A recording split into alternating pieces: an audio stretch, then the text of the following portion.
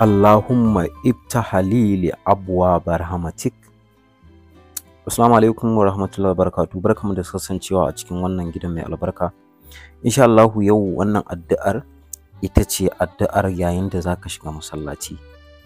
Allahumma ibtahali li abwaaba rahmatik.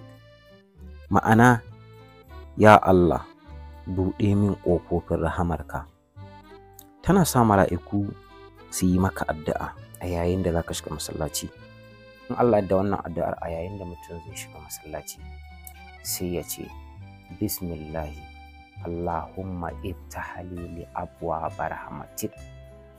Abinda ake nufi, ya Allah, ka buɗe mini ƙofofin rahamarka. Bayani akan ta shine tana sa mala'iku su yi maka addu'a. Insha Allah ɗan uwa, in dai ka riƙe wannan a duk lokacin da zaka shiga masallaci za ta amfane ka. Sai a tura wa 'yan uwa da abokan arziki domin su ma su cika cikin wannan kyawun aiki. Allah jikan iyayenmu, Allah ya gafarta musu, tsira da amincin Allah su ƙara tabbata a gare shi. Har yau dai kuna tare da ɗan uwanku Habibu Abdullahi.